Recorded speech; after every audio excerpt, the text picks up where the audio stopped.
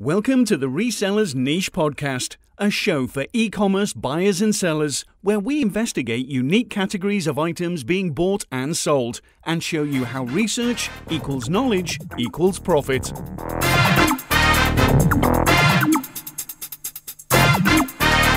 And now the duo who'll never leave you shortchanged. It's your hosts, Russ and Mo. Howdy, folks. Welcome back to another episode of the Reseller Niche Podcast. I'm here with Russ. How's it going, Russ? Mo, it is going fantastic. How are you doing? I'm doing good, thank you. And yeah, it's kind of the busy time of the year, Q4. So right kind of at the start of it, but still kind of in it, shall we say. Yeah, it's been... This is October's another setup month to me. Yeah. You get ready and man, then it goes crazy. And it depends on what each person does. We know guys that don't even really start Q4 until Black Friday. Yep. It's funny you say that because I was just reading a message about a guy that said that, actually two different guys that do PL, and one of them just kind of, I guess, his stuff is more geared towards like Halloween, and another one is more geared towards, I guess, the end of or the beginning of the school year, kind of / Halloween. So, and their products peaked then. Not that they stopped, but they peaked then. So for them, that's kind of their Q4, I guess you should say. It's a great time for the one-offs. I mean, and that's my favorite thing to work in, and I love the one-offs this time of year. Yep. It's everybody waits for Q4. You will make more money in Q4. That's a given. Definitely. If you're doing the things you know to do, list more items on eBay, send more to FBA, put them on other sites, put them on Facebook. You got to get rid of those death piles, and this is a great time to work on those if you have death piles. Yeah, definitely. I'd say get out there. And I'd say it's hard not to run into sale or a discount or some kind of thing that's going on at a store somewhere. You don't even really have to look. I mean, if you're a big box person, if you're a thrift store person, I've actually done a lot of FBA stuff at thrift stores recently, and I'm talking about multiples of like hundreds in terms of what they get back from, like, for example, Goodwill gets stuff back from Target. So if you can hit a Goodwill that's just been, they've been hit by a local Target. I went to one yesterday that it was one or two types of video games, but there were $3 a piece, and there was like 20 of each title. Nice. Yeah. Send those babies in. Yeah. So, I mean, why not? I mean, you can't miss it. Basically, it's right there. What would be your margins on stuff like that? Everybody this time of year we talk about margin. Yeah. You've got $2-3 in it. It's the weight. They're fairly low weight, so 50 cents a pound is what you kind of average on. So if your margin, if you're making $2, $3, $4, $5 off each of those items, now you're doing multiple $5. I'll take $25 sales real quick.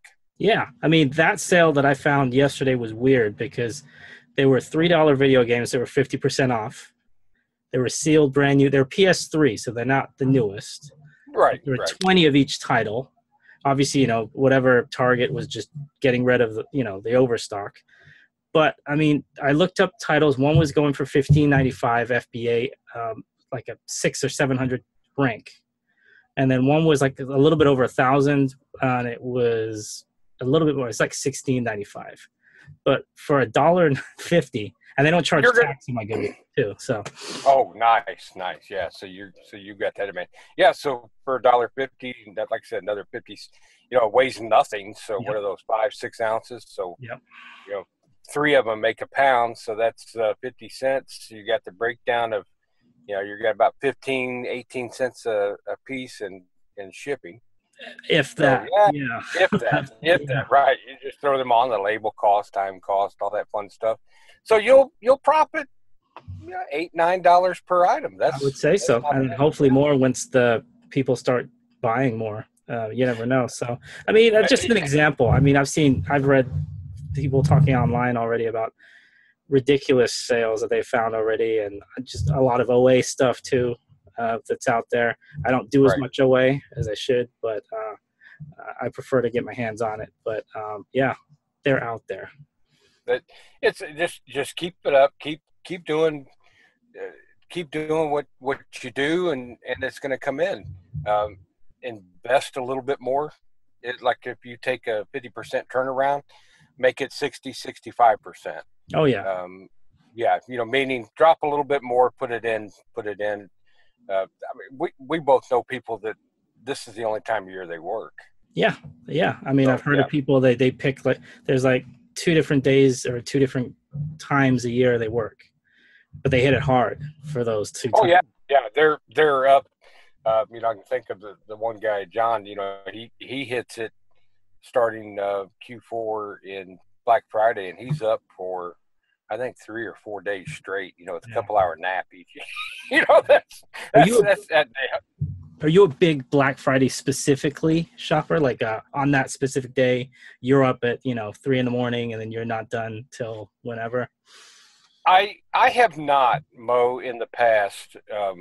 I typically, I'm not, just because I don't do crazy crowds like that.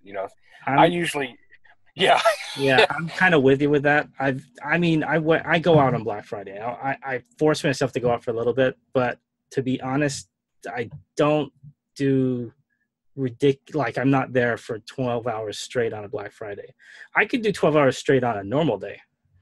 Right. On a Black Friday, which maybe sounds crazy to people, like, you're missing all the, yeah, I know, but I try to spread out things throughout the year. It's just, I don't know, just the way I work. Yeah, neither one of us are Black Friday ninjas. I'd like to. I just don't have the energy. That would be a great show to get on. Find one of those ninjas that just do Black Friday like that, and then before it comes, because I've seen them. There's money to be made, and there's big money to be made on that day. Oh yeah, yeah. And I know a couple guys that get U-Hauls, and they'll hire 2 or 3 guys that look like they're in the college age, and they will just hit it. They'll have a list, everyone goes out, and they just boom, boom, boom, boom, boom, boom, boom, and they go. I mean, that's not me, but that's awesome. Yeah. There's 100 ways to, as we always say, there's hundreds of ways to make money at this business. Yes, so that's good. Absolutely. You going back to what you said on our one episode about preparing for Q4, make sure you got your shipping supplies all set up. Yeah, definitely. If you haven't ordered them yet, you should. Because I know with eBay, if you have a store, then they'll give you, I don't know if it's 25, 50. I mean, there's different levels. Well, they'll give you a free discount coupon, so you can get free boxes. USPS free boxes, bubble envelopes are always handy, or eBay tape if you like that. I'm not the biggest fan of eBay tape, but I like the boxes. The boxes are cool. Yeah, the boxes. I like the poly bags. Yes. Most of my stuff is small. Have you ever tried finding a poly bag like at a Walmart or Target? There are, especially you can find the bubble mailers. Yeah, that's true. But then you're going to pay like $1 a pop for them, but poly bags out in the wild are like a unicorn. I mean, you just don't see them in the wild anymore. I remember there was one time where I forget what it was. I think they were comic books that they were just dead comic books. So they were all bagged though. So I took all the comic books out and used the bags. Use the bag. They had cardboard in them, so they were nice and flat. But yeah. Yeah, you got to use some. Sometimes you got to do that to get it done. Another thing too. I really like, especially when I did jeans, was the padded flat rate mailer. Yeah. And now the lead time on that is a month. Yeah. So if you're running low, man, or it's 1st of November, order them now. Hit up your family, have them, hey, or your other resellers, hey, do you have any you don't need if you use those exclusively? Because, man, you run out of those, you're in trouble. There's some alternatives. You can use the tie-back mailer. one, but it doesn't give you that same protection as that poly bag. Yeah. And then where do you get your boxes from? Because I know on the road, it can't always be that easy to find specific sizes, or where do you get your boxes from? Well, it's really worked out well for me, Mo. What happens is if I have something large, or a group of things that I sell, I only need 1 or 2 boxes. Okay. At any given time, because I don't have the space to store a lot of stuff. And the big stuff comes in, it better go out real quick. So I can run to Walmart. Okay. Yeah, I think they're the cheapest for me too. Yeah. Now the last 2 times when I had to use in Lexington, Kentucky, I sold something that was larger, needed a box, and I went up to the front, grabbed a box that I need, went up to the front. There was no barcode on that box. Ugh. And back there to find the price. And so now, got to go all the way in the back. They have to go back or send somebody. So if you're buying boxes from Walmart, make sure this. And I'm like, how in 2017 do you ship a product that doesn't have a barcode on it? But that's why we pay cheaper prices per box. Yeah. And I think it was last Q4, I ran out of I forget what, they're like the 24 by 18 by 18 Walmart boxes. And then I was looking online because I wanted to save time to find out where it was. And my local one said, oh, yeah, we're stocked. I called in to double check too. Yeah, we're stocked. Went down there. I went straight to the shelf. Nothing. It's completely bare. And this is like 7 a.m. too. So I'm like, that's kind of weird. So I went and they said, no. The counter person was like, no, we have them. And they were looking at their things saying, yeah, no, we have them. Oh, yeah. So I walked them back there. I said, where? This whole shelf is gone. It must have been a reseller because the whole shelf was wiped out. Just wiped out that completely, like a 40-foot shelf. And then, so she, oh yeah, it looks like the order came in last night, but they never unloaded it. And then I said, that's weird, your other stuff. And then they said, oh, actually, no, we did unload it. We didn't actually have any boxes on there though. So it was a misorder, or it was like misnumbered on the order. They actually didn't have any boxes. And the lesson of that is, how much time did you spend hunting those boxes? Big waste of time. I probably spent getting there, wasting time talking to them. It was a good 30 minutes. And then I just went to Home Depot. And then So I do have a couple boxes that I keep here in the coach, just for things I have for sale now. And they're small boxes. There's nothing but and the nice thing about being on the road, typically your Walmart is near a post office too, or the post office is near the Walmart. So, because everything I take has to go to a post office. Gotcha. So it's not like I'm running back, and I carry my tape, print my label out, know my sizes and stuff like that. So, is it true what they say about Walmarts? They're I forget what it was, the distance, but they have to be within X amount of miles of a metropolitan area, or I've seen some out that are kind of like, wow, there's a Walmart, but man, they are everywhere. I don't know the number of Walmarts, but every town, I don't care how big the town. I'm trying to think of the name of the little town in Arkansas that had Wynn, Arkansas. Okay. Now, Wynn, Arkansas has maybe, I would guess 15,000 people. Okay. Great big super center Walmart. Wow. And of course, now that's Walmart. That's where Walmart came from, that area. Gotcha. But still, it was like, and that was basically all that was in that town was a Walmart. So yeah, they're. I think at any given time, I'm no more than 30 minutes from a Walmart, and I'm just now east of the Mississippi by one state. So I think it gets different when you get out west, obviously. But yeah. So I think right now, what I'm thinking for is, since it's a month of Q4 is over, for some people, they're already set with everything. They're already rolling. For other people, they're getting ready to really hit things hard. So where would you say you are in that, or are you kind of in the middle of it as well? I'm in the middle of it as well, being that I've decided we're going to stay in Louisiana for probably pretty much till Q4, because I know this town. I source this town a lot. Okay. So I'm like, you know what? Instead of moving to, we were going to plan on going over to hit Texas. So we're kind of in the middle of it. My listings are down because I've been sourcing and working on the coach. Gotcha. So my listings are down. So I'm like, I'm chomping at the bit. I better up my listing game, or Q4 is going to be not as good for me. Yeah, with me, it was a couple of weeks where I was listing like mad. I've kind of slowed down a little bit in the sense that I'm trying to get better items in there as opposed to just listing like crazy. I've heard a couple of people talk about this too, just better items. You can list 1 million items if you really want to, but I don't really have that kind of like conveyor belt system where they're just coming in and you just, listing a couple hundred a day.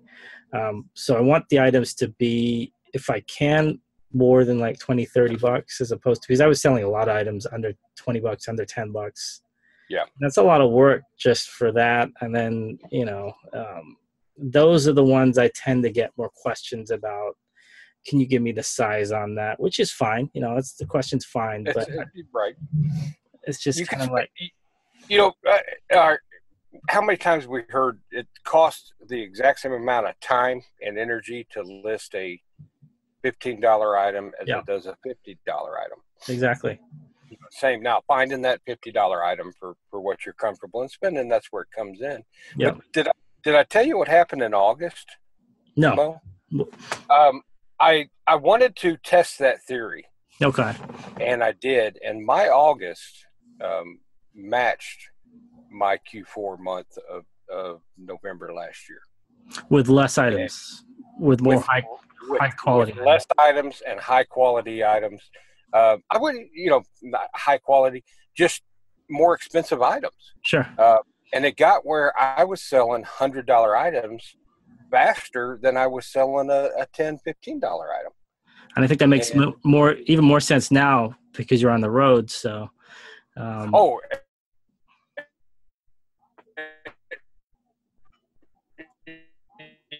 yeah, I have to maximize tremendously. And it worked for me. Another thing I did, none of it was promoted. Okay. So, none of it was. I didn't use the eBay promotions on those. But I always want to say this because I'm a lot of one-offs. I'm a lot of one things I find in the wrap. Yeah, the promotions for me, that whole thing is kind of like I really got into Markdown Manager, the old one. Now I'm a little kind of thrown. I think that maybe eBay's algorithm will like it if you use promotions or promoted listings. I know they're two different things, but I'm not the biggest fan of either, to be honest. I'm maybe just a little confused by them. If you've got, I know it's got to work for some people. Yeah. It just, I didn't see the advantage of me promoting an item that there's not many on, but there's plenty of sales. Why? Recently I found a TI-84 out in the wild, a calculator. Paid nothing for it. The guy did just garage sale, getting rid of junk. That sold in like 30, 40 minutes. And if you look at the numbers of that item, there's about, I want to say 9,000 listings of those. Jeez. But in the last, because of timing, the last 90 days, there's been, 36,000 sold. Wow. And please don't quote me directly, but everyone listed 3 have sold. I think is what I saw. That makes sense. So why promote? Yeah, why promote that? Why run that item up on a promotion and give eBay a little bit more money? Yeah, I'm all for it. Like if it's gonna make it faster, then it sells. But I know who's pointed. I think Chris Lynn. He pointed this out. Okay, so as I was saying, with promoted listings, I'm a little bit apprehensive. One, they have cookies on the items, so I think if somebody looks at it, they go away and they come back in 30 days. then eBay still gets that cut. And the second thing, I don't know if you've noticed at the top of the screen where it still says, and it's been like a month now, we're unable to, see the numbers on that. So that tells me that eBay is still working on that a little bit. Still working, yeah. So, that's fine. It's a new type of promotion for them. I just don't want to be part of the experiment right now. Yeah, keep rolling. We're good. Something we haven't talked about much, Mo, is how long is Q4 to sales? If you were going to 10 years ago, you would have said, basically it was Q4 wasn't even, you would just say around Christmas. The last couple of years, it'd be the last 3 months of the year, but it's changing now. I think the last 3 months, October, November, December is not the end of Q4, I would say. It is the technical definition it is. Right. But I think sales go on a lot further, as you were saying earlier. January, for a lot of people, is just as big as, or close to December numbers. And the reason being is now, how many gift cards do people get? Exactly. For Christmas presents and gift cards. And January, they're still buying. That's right. They're spending the gift cards, spending the Christmas money. Yeah. Speak. And so so Q4 doesn't stop. It's got I've seen a massive slowdown the week of Christmas. Yes, I agree with you. They're like the 20th, around there, unless there's a very specific item like your Hatchimal, whatever the crazy item of the year is. Right. Other than that, then I would say, I would see a total slowdown. I slow down, to be honest, from, the 12th, 13th onwards. Some people the 10th, because, and I think Amazon has I forget what it is, but they want you to have your items in earlier this year. And obviously the price of storage has tripled from October 1st, I think it is. Right. So January is huge. And then also another thing is there's going to be a lot of returns that come in. I'm wondering if that's just from resellers too. We get items back and we have to do something with those items. So do we donate those items? Do we send them back in? What happens with those? So there's kind of a weird time in January where there's a lot of sales going on and there's a lot of kind of back and forth going on. Yeah, if you've got your new items, if it's a new item, make sure you have your receipts. Yeah. And that takes that diligent accounting and diligent receipt. If it's a used item, I personally like to make sure it's okay and put it back up because it's sold once. Yeah. It's going to sell again. So keep that in mind, people, that Q4 doesn't end Christmas anymore. And then I've heard like Kohl's is taking Amazon returns, which is interesting. Like, so their returns are going to go back to the store, I guess. I don't know how that works, but oh wow, yeah, I haven't heard that. I have no idea, but that's interesting. And then those gift cards are going to be huge this year. And every year it just increases and increases. And another thing to think of, we're all resellers. At the end of Q4, man, hit it again. Go out and buy more. Yeah. Buy diligent, buy smart. Always, the research equals knowledge equals profit. Yeah. But man, the stores are dumping after Christmas. Yeah. I wouldn't buy the Hatchimals right after Christmas. I wouldn't buy Hatchimals, period, to be honest. But the hot thing, if you remember last year, the Hatchimals, they dumped a bunch after Christmas. Yeah. And then all the returns hit and everybody was like, I got 20 Hatchimals. Well, yeah, it was a Christmas gift. You're not going to sell it. Gotcha. And, So let me ask you something. Do you chase, or have you ever chased the item, the hot toy, the hot whatever? No, Mo, I don't. Just because but my history is every time I've chased a hot item, I get into it right as it's tanking. Yeah. So my timing's a little off usually, so I usually just don't worry about it. If you hit it, I do feel I messed up in Lexington. I wasn't watching Nintendo do do the SNES Classic release. I was just, I wasn't watching myself, and I know they had some in Lexington, or they had some in the little town that was out. So I missed out on that one, and I knew I was mad at myself for missing out on that one, because I knew I probably could have made some money. Yeah. But the hot toy for the year, I've just never been that type of chaser. Gotcha. Because I mean, I don't know if because you alluded this earlier, because we were talking earlier about, like you said, the new Star Wars movies coming out. The Stranger Things 2 just came out on Netflix, which is basically everything 80s possible. So right. It's like ingrained in people's minds now, Reebok, 1980s Reeboks, 1980s video games and shirts and candy bars and all of this stuff.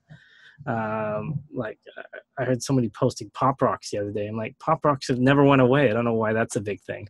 But yet you can make a killing on Pop Rocks. Yeah. Even to this day, if you find them, send them in.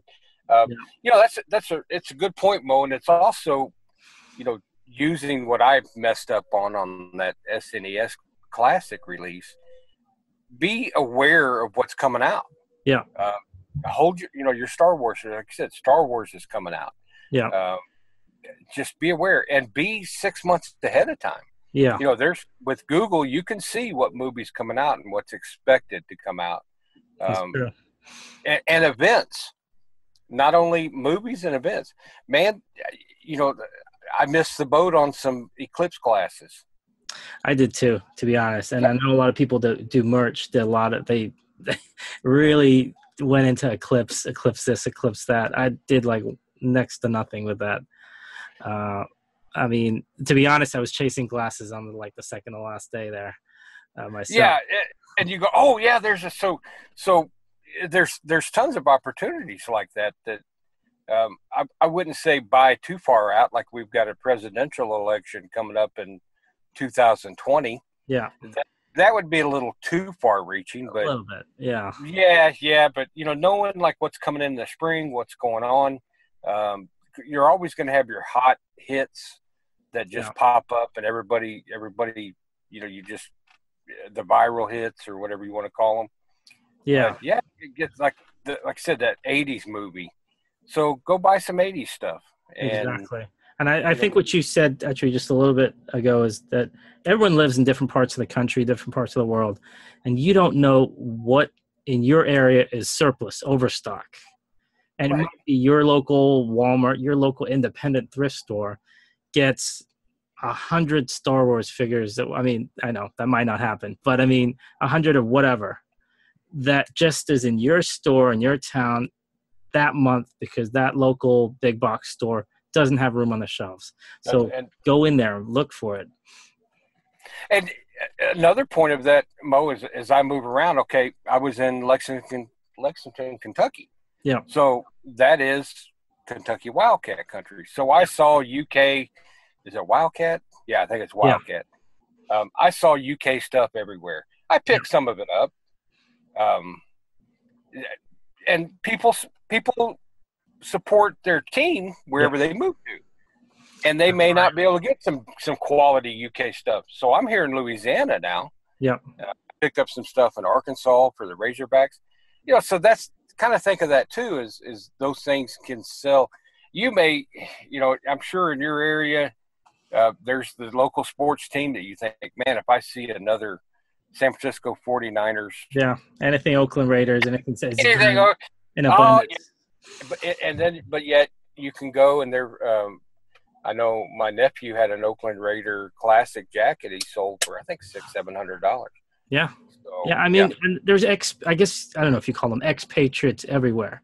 You lived somewhere, now you live somewhere else. 30 years ago you lived in X city or X town, whatever. Right.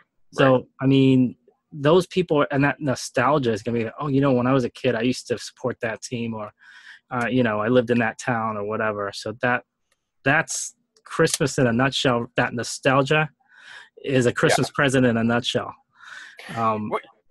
We've talked in the past, Mo, about, nostalgia, and we've wanted to build some episodes around Yeah. researching and being prepared for nostalgia. Yeah. You know, look at this year. It's 1987. Exactly. I'm sorry. Are you talking about like the 30 years ago? Yeah. What are they talking about? What happened 30 years ago? What happened 40 years ago?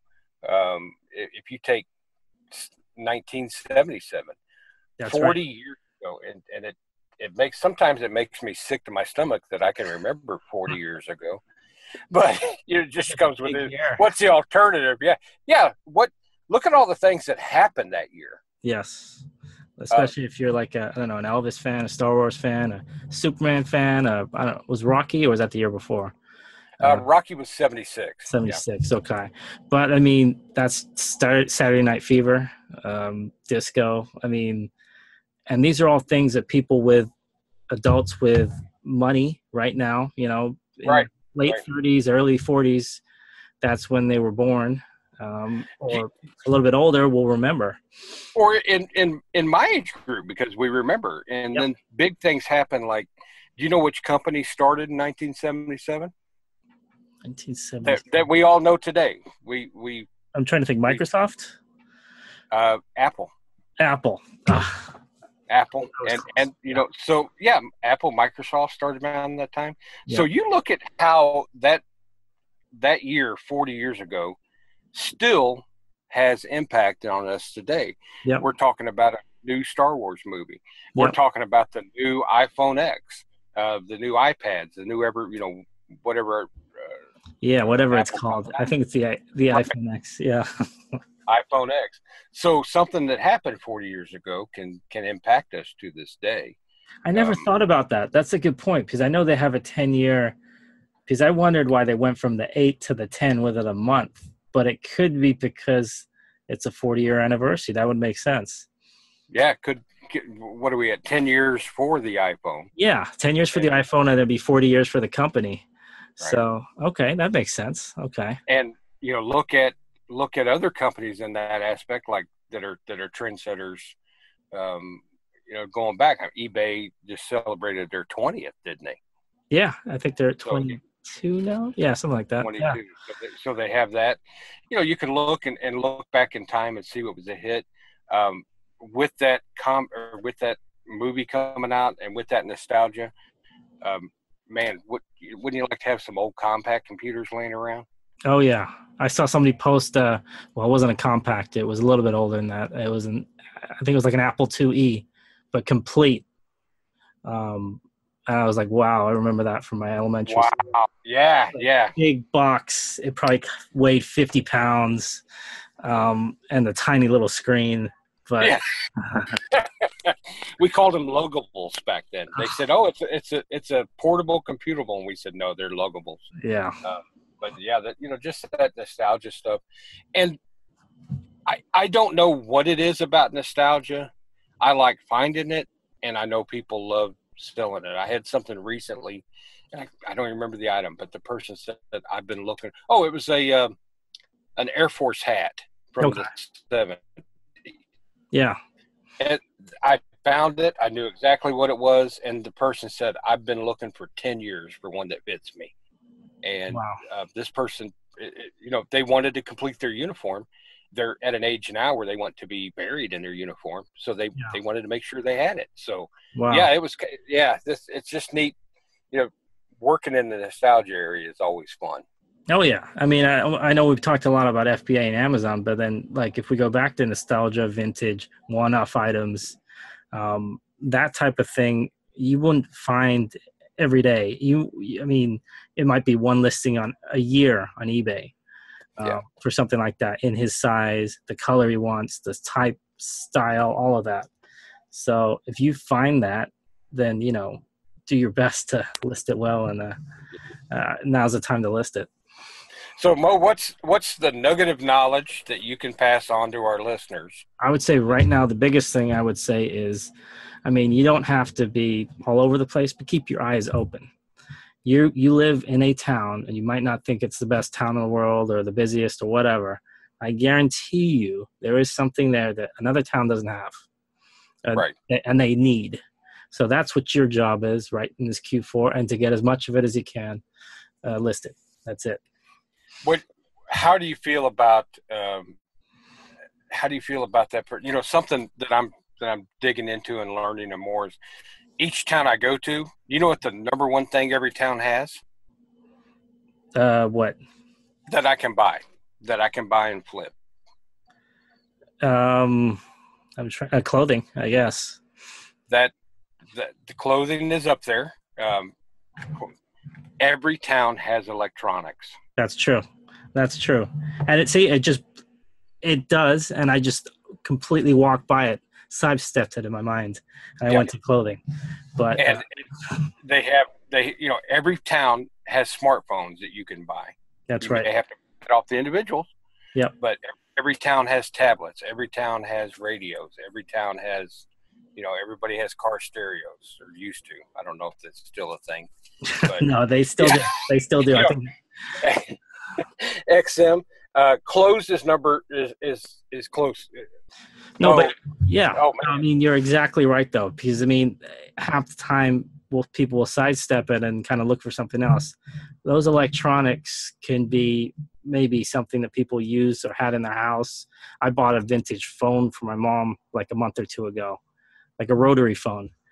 And when that thing goes off, because I heard it go off in her house, it is the loudest thing ever. And got the old bell with it and just crazy. Yeah. And then all it's missing is that 50-foot cable. That's the only thing I need. Yeah, with the extra long phone cord to the handset. Yeah, you got it. That's awesome. So, was it something that she was looking for, or did you just go? It was not the right color, but it's basically the exact same phone that we had in our living room. Ours was white. I think the one I bought her was like cream. But the same thing, basically, same rotary phone and everything. And then, so it's funny when it goes off, it's way louder than the other phones she has, and it's sitting right next to it. And my sister's like, what are you going to do with that? I said, you know what? Burglar ever comes in, grab that thing and just throw it. They'll be out like a light. Yeah, it's a phone, it's a weapon, it's a paperweight, it's a those things were everything. I've shipped. Was it the Princess style or was it just the regular desk unit? It was the Princess style. Yeah, so those were a little lighter than some of the old ones, but those things go like 11 pounds. Yeah, that's heavy. Yeah. Phones now are maybe like a pound, if that. Oh, if ounces. Yeah, the iPhone, even the heavy iPhone. Oh yeah. Yeah. But that's funny. That's good stuff. Does she love it, or is she now going, Mo, this phone's too loud? No, she loves it. It's still plugged in. It's next to her bed. Oh, awesome. So she has a bedside table, and then she had the other phone still there. And then the only reason the other one's still there is because it's cordless, but because this one has a cord. Gotcha. But this one is so loud too, and there's no you don't need a battery. It's not plugged in. It works though. Just need to plug it into the phone jack, and that's about it. So it worked. So that good. You didn't have to have the special. Back in the day, they had a 4-prong. That plugged in. Yeah, you don't even need the 4-prong. It's awesome. That's a good bolo, because every one of those I've ever found has sold fast, and it's sold for good money. Yeah. And they just, and some of them go for crazy money. Yeah. Just $200, $300, $400 for the right phone. I think the red ones. I don't know why red. Maybe it's like the bat phone or something. I have no idea, but Yeah, the red ones to go, and you go out and you see in people in a store or in an estate sale, it's just an old phone that's got $10 on it. Yeah. So that's Definitely. Good. That's good. All right, Russ. So I think I'm getting some ideas in my head about some shows we'll do in the future, just based on this conversation. But any last words for anyone listening? Keep plugging. It sounds good to me. Keep plugging.